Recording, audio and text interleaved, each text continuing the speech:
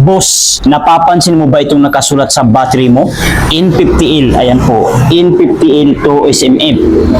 Akala ng iba, model lang yan. Pero ang totoo, napakahalaga niyan sa sasakyan mo. Kapag mali ang battery na ginagamit mo, pwede kang ma-stranded, mahirapan mag-start o masira pa ang electrical system mo. Sa video na ito, ipapaliwanag ko isa-isa kung ano ibig sabihin ng N50L at to SMF para siguradong tama ang battery mo na ginagamit mo. Magandang araw, gabi, tanghali, hapon o anumang oras nyo mapanood ang video na ito. Kung gusto mong matuto at makaiwas sa gastos, follow mo ang tip ni Kuya RM para sa more battery tips. Umpisahan natin ngayon sa N50L. Yung N50, ito ang tinatawag na size o capacity class ng battery. Ibig sabihin, may standard na sukat at lakas ang battery na to. Karaniwan ginagamit sa mga sedan tulad ng Lancer, Civic at iba pa. Ngayon yung L, ibig sabihin nito ay left. Kapag nakaharap ka sa battery o nakaharap sa iyo ang sticker ng battery, kung nasa kaliwa ang positive plus, tulad na lamang nito, N50L ito na battery. Kung nasa kanan, which is N50R, ibig sabihin, reverse po yun kapag ganun.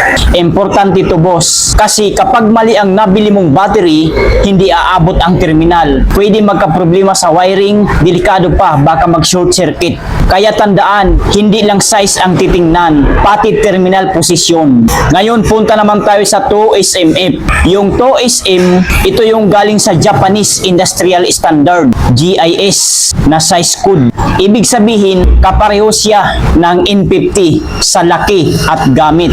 Magkaiba lang ng tawag. Yung MF, ibig sabihin ay maintenance free. Ano ibig sabihin nito? Hindi mo na kailangan lagyan ng tubig. Sealed na ang battery. Less maintenance kumpara sa traditional battery. Pero boss, tandaan mo to ha. Kahit maintenance free, hindi ibig sabihin wala nang gagawin. Kailangan mo pa rin i-check ang voltage, iwasan ma-drain, siguraduhin maayos ang charging system. Kasi kahit MF yan, kapag napabayaan, masisira pa rin. Ito ang actual example natin, Ultra Plus, N50L to SMF. Ultra Plus po yan ha, yan. Maintenance free siya, sealed type. Kung mapapansin natin, may sticker siya, wala siyang bukasan. Kasi nandun sa ilalim natatakpan. Kailangan mong aalisin, tutuklapin muna itong kanyang sticker bago natin makikita yung kanyang 6 na takip at meron din po yung 6 na butas. Kasi ito po ay tinatawag na maintenance free na battery.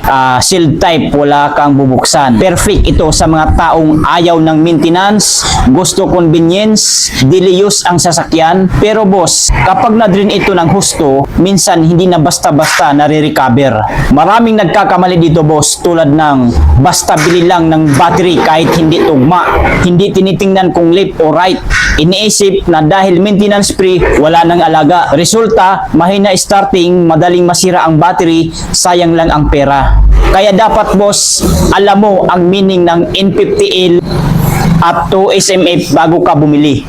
So para malinaw boss, ito ang summary. N50, size ng battery. Ang L, left, ang positive terminal. To SM, Japanese equivalent ng size. MF, maintenance free. Hindi nilalagyan ng tubig. Ibig sabihin, ang battery na ito ay standard car battery. Tamang size, left terminal, at maintenance free na. Ayan po. Ang plusan niya nasa left, sa kaliwang bahagi. Kita nyo na? Kung may natutunan ka boss, comment mo lang. Salamat boss. At kung may tanong ka pa tungkol sa battery, comment mo lang din. Sasagutin ko yan.